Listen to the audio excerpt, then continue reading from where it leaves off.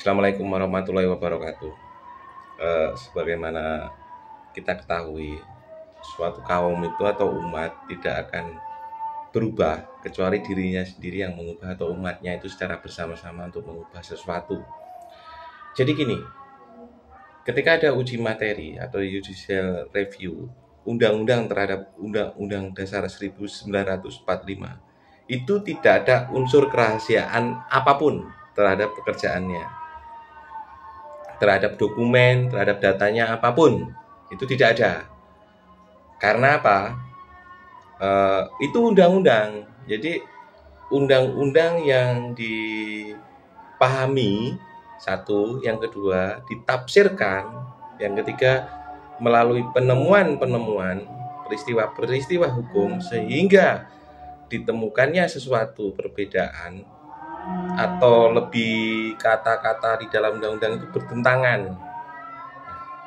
Kalau itu terkait dengan materi di undang-undang terhadap Undang-Undang Dasar 1945 itu tidak ada unsur kerahasiaan.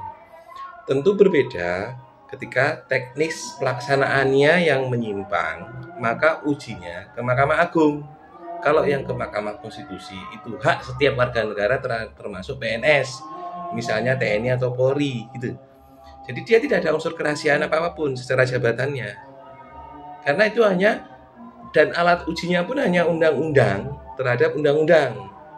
Alat pendukung pembuktian ketika dari uji terhadap unsur kerugian terhadap administrasi, misalnya seperti dokumen surat keputusan, buku nikah, ijazah dan sebagainya. Contohnya seperti itu yang saya uji terhadap Undang-Undang Kementerian Negara. Saya seperti buku nikah saya, SK kenaikan pangkat saya gitu loh. Jadi ini nggak ada unsur kerahasiaan apapun terhadap itu. Jadi salah, jangan memahami sesuatu itu dengan secara parsial. Ikro, bacalah terlebih dahulu, pahami, kemudian baru mengeluarkan statement yang jangan sampai orang lain itu dirugikan. Saya sangat berterima kasih pada institusi, dalam hal ini Mahkamah Konstitusi, yang memahami maksud saya. Di dalam tulisan-tulisannya, di press release di halaman website MKRI, Mahkamah Konstitusi Republik Indonesia, saya diberikan kesempatan untuk diuji pendahuluan, pemeriksaan pendahuluan, kemudian pemeriksaan lanjutan sidang selanjutnya itu di kalimatnya justru saya mencabut gitu. Sudah diberikan kesempatan tapi saya mencabut, tapi itu saya cabut dengan penuh kesadaran karena kondisi keterbatasan saya.